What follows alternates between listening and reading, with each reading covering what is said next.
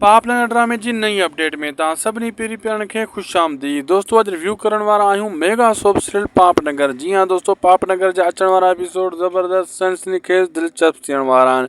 अचण वारे एपिसोड में दोस्तों हाणे हिकिड़ो कमु तव्हां ॾिसंदो जंहिंमें हिकु बलाज खान वॾो क़दम खणण वारो आहे ऐं बलाज खान ॾिसंदो तव्हां इहो बि त जेको कुटको ॾिनो गमदिल जे भाउ खे। हाणे गमदिल जो भाउ बि हुन जा बि होश ठिकाणे अची विया ऐं पूरी जॾहिं मालूमात मिठल खे मिली ऐं मिठल बि परेशान त बाबा गमदिल पहिरियों फिरी वियो, वरी हाणे जा भाउ बि फिरी विया रिश्ते खां।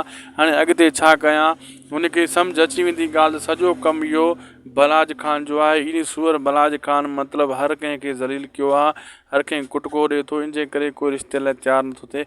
हुनजी सोच में इहा ॻाल्हि वेहिजी वेंदी त हाणे जा तो लॾां जा को ॿियो रस्तो अख़्तियार कयां। आख़िरकार फिरी गिरी राबेली जेका मल्हार खे ॾियण लाइ तयारु थी वेंदो मिठल खे बि वाह कान सुझंदी। पोइ अहिड़े हिसाब सां ही अचण वारे एपिसोडनि में इहे सीन तव्हांखे ॾिसण वटां मिलंदा। दोस्तों अॼु वीडियो पुॻो पंहिंजी पुॼाणी ते। असांखे ॾींदा इजाज़त, मिलंदासीं तव्हां सां नेक्स्ट वीडियो में। महिरबानी करे असांजे हिन यूट्यूब चैनल उदासी टेक खे ज़रूरु सब्सक्राइब लाइक शेयर करे छॾींदा। ही अव्हांजो ई चैनल आहे। अल्लाह हाफ़िज़।